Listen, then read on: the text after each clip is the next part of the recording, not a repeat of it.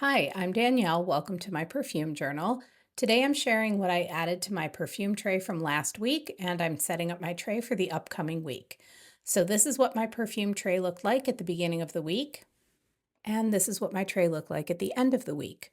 I wore all five of the perfumes I put on the tray that I talked about in last week's video. Katy Perry's Indie, a soft, comforting, woody scent. Pure from Alfred Sung, which is a fresh floral from the 90s. Kenzo Amour, a ricey, powdery floral. Narciso Poudre, another powdery floral, highlighted by the signature Narciso musk that I call the sweaty marshmallow.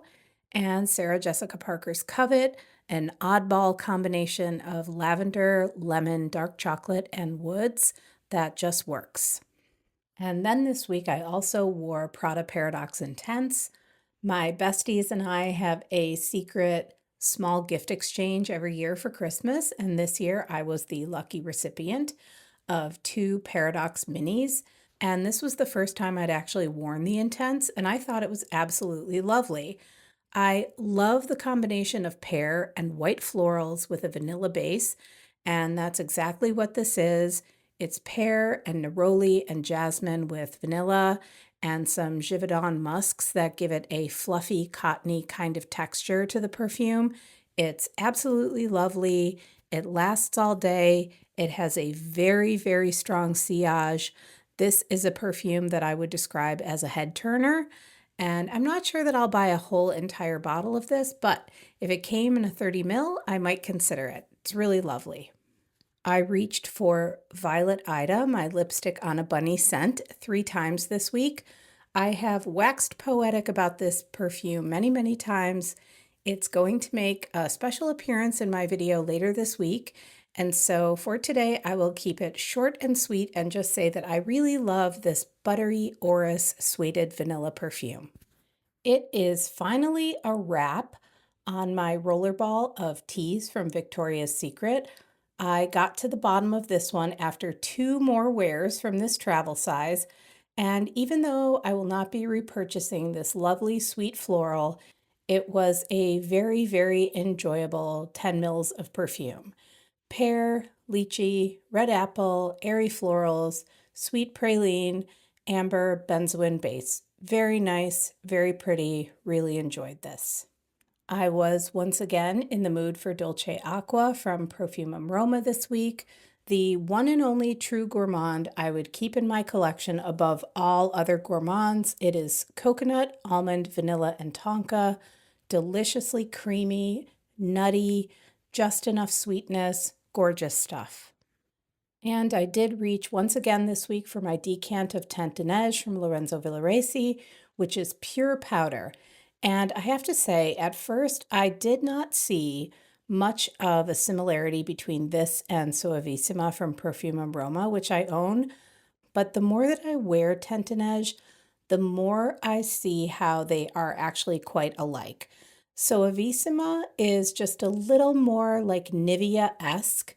It's got that creamy, powdery kind of floral, whereas Teint Neige is just a touch drier, like a talcum-y powdery floral, and both are inspiring me to find an affordable alternative. So here are all of the perfumes that I wore last week, and now we can clear the tray and reset it for the upcoming week. So this week I am starting out with my travel size decant of Quelques Fleurs Royale from Houbigant. Claire Smith was talking about an Houbigant perfume in one of her recent videos, and that inspired me to pull this out. So in short, the original Quelques Fleurs from Houbigant was created by Robert Bien-Aimé, a very notable perfumer for Houbigant. He worked there from 1910 to 1935, and then he left and started his own brand, Bien-Aimé, which has recently been revived, and they have the most gorgeous, gorgeous collection of perfumes. In previous videos, I talked about one of their perfumes called Vermeil, which is a lipsticky violet rose powdery floral. It's absolutely beautiful. So Quelques Fleurs is one of the most well-known floral perfumes in history. The original, it's still in production today. It is like a big spring bouquet of flowers and greenery with lots of gorgeous vintagey undertones to it. It has oak moss, civet, musk, tonka, woods, the works. And then this flanker, Quelques Fleurs Royale, it wasn't released until 2004. This is another one of those kind of like classic perfume brands that has been acquired by another company, this one by Paris. And I guess you could say it has been somewhat revived because I don't think the brand ever went like fully dormant like BNMA did. And while I don't think some of the recent releases from Houbigant under Paris are so hot, I really, really love the Quelques Fleurs line. So this flanker of Quelques Fleurs is like a deeper, I'd almost go as far to say it's like a syrupy floral because it has the addition of beeswax. I actually get like full-on honey in this perfume. There's some blackcurrant, which adds more fruitiness, and then the florals are a very traditional blend of rose, jasmine, tuberose, and violet, and then it has a woody, musky, vanillic base. All in all, it smells very, very French, and I think it's very beautiful. I am feeling very much in the mood to wear Burberry Brit this week.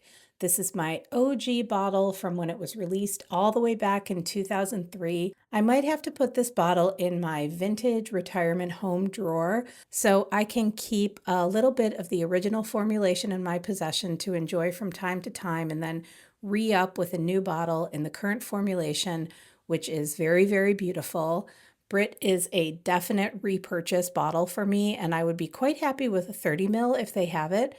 I would even go up to a 50 because I do love this perfume so much. But as you can see, I've had this one since 2003, and it only takes a little to go a long way, so it's taken me quite a while to go through this bottle.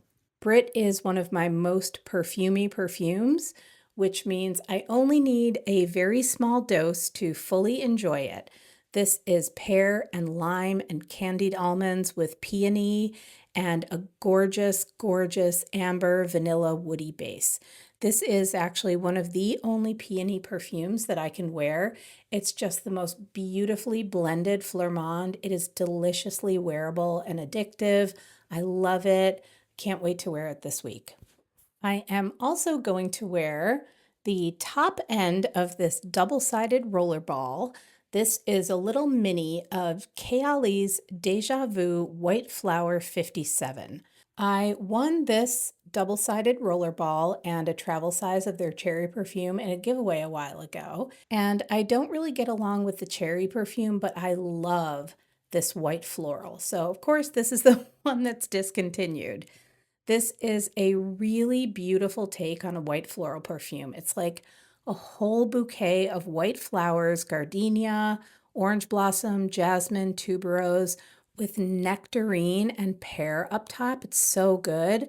Honestly, my top 3 white floral combos are white florals and pear, white florals and stone fruits, and white florals and mandarin orange. I love putting white florals with any one of those 3 things. And in Kayali Deja Vu White Flower, we have 2 out of the 3 of those, so I'm in like white floral heaven. This is like a more sultry, sophisticated take on a white floral. It's not like a light, breezy white floral. This leans a little bit more elegant, and it has a beautiful vanilla, woody, very, very light on the patchouli dry down. It's really pretty. And as a white floral lover, I'm super sad that this one is no longer available, as I think this is one of the nicest perfumes that Kayali has ever put out. I am also going with Peau de Soie by Dominique Ropion for Philippe Starck this week. This has absolutely no notes listed on the Starck website. I think they're trying to be all mysterious about the notes because they want you to think that this perfume is meant to mimic the scent of silky soft skin. But there are home fragrance versions of this scent, and I did find a note pyramid on the Maison Berger website. And here's what they have to say about the notes, and then I'll tell you what I get from this perfume.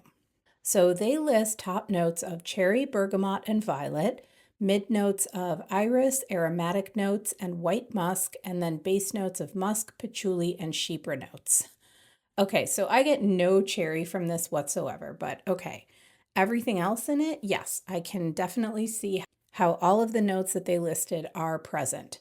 Mostly, this is a musky iris with a definite aromatic bent to it.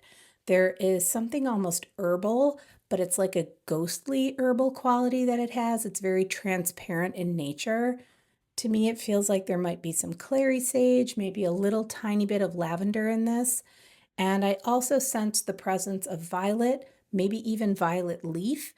And then there is some nice earthiness in the base to ground it all and keep it from like floating away. It really is a very interesting aromatic musky iris, and I enjoy it more and more every time I wear it. And just a couple more quick ones to round out the tray. I'm putting Adorem on the tray this week for some nighttime scenting. This is a gorgeous churchy incense with a beautiful dry cacao swirled throughout. It is my favorite incense perfume in my entire collection. And finally, I got this sample of the Forte version of Florabloom by Guerlain from the Acqua Allegoria line when I purchased my bottle of Shalimar L'Essence. I have not worn this. I haven't even tried it yet. It is rose, tuberose, mango, iris, moss, and violet. I think that sounds beautiful, so I'm really excited to try this one. I'm not even going to sample it on a blotter first. I'm just going to go in for a full wear one day and see how it goes.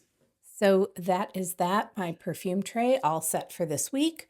I am really looking forward to enjoying perfumes from my collection, a decant, a mini, and a new sample. Thank you so much for watching, for spending your time here with me, and for chatting perfumes with me in the comments. I appreciate every like, every comment, and everyone who has subscribed to my channel. Truly, thank you so much. I hope you have a really great week, and I will see you in the next video. Bye.